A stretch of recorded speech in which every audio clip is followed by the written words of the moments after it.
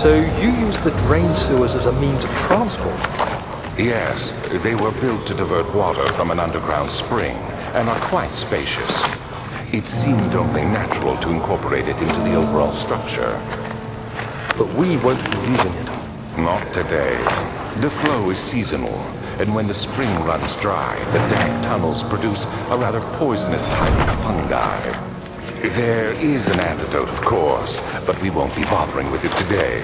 Come, this way instead. We're almost there.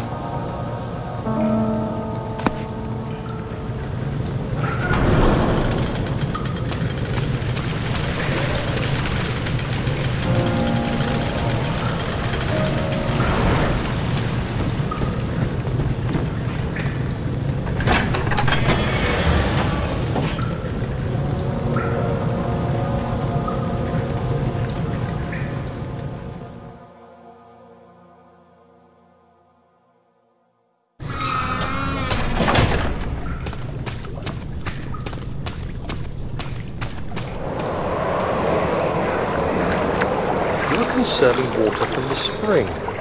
Yes, it enables me to control the water in the drain sewers to some extent.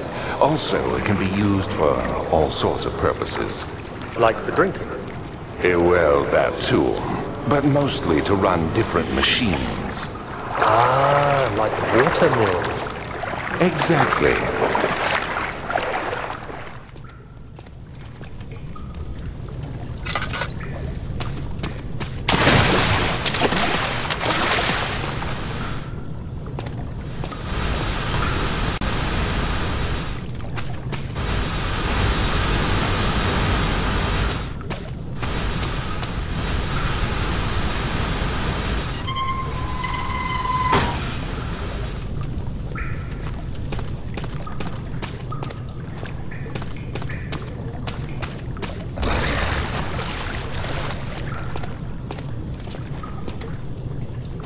August 1839. There is no denying that Alexander puts a lot of faith into what I can only describe as magic. I'm not surprised.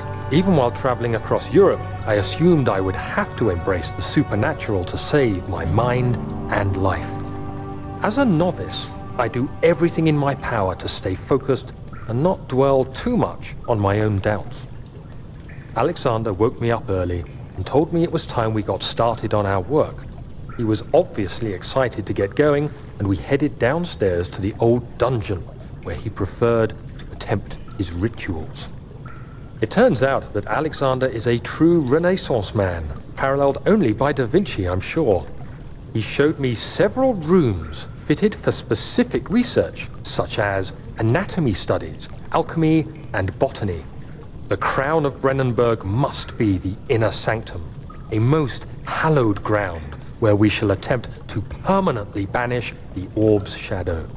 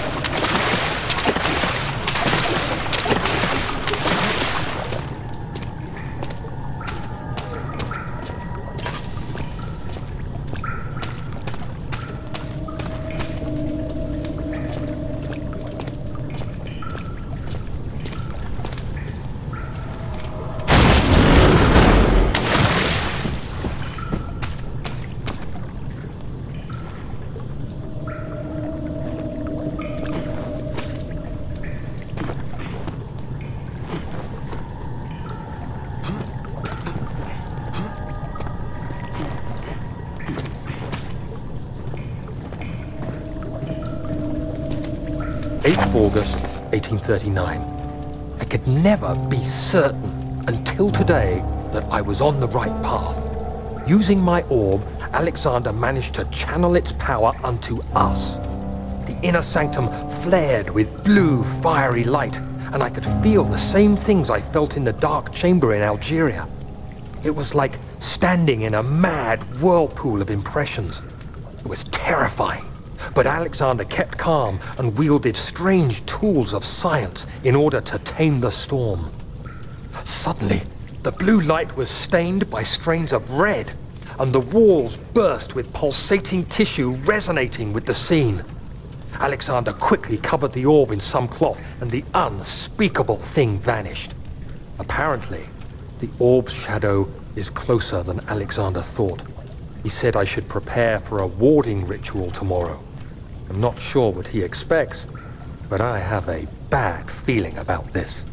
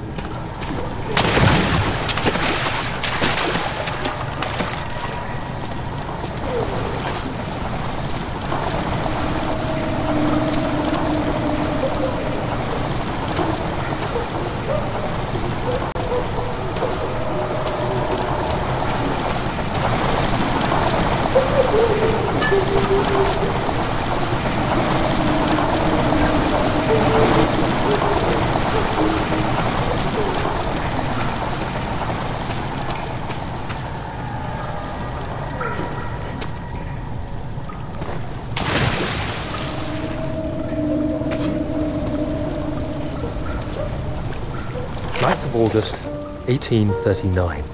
It is still early, and Alexander is busy preparing for the ritual later today. Seeing him this worked up makes me question why. What does he stand to gain? I realize he is curious about it all, but surely there must be more. Is he so foolish he will attempt to tame the power of the orb? I must admit that yesterday, when Alexander flooded the inner sanctum with blue light, I realized we had but graced the orb's true potential. This might turn out to be more than escaping a creeping shadow. It might be the beginning of something truly extraordinary.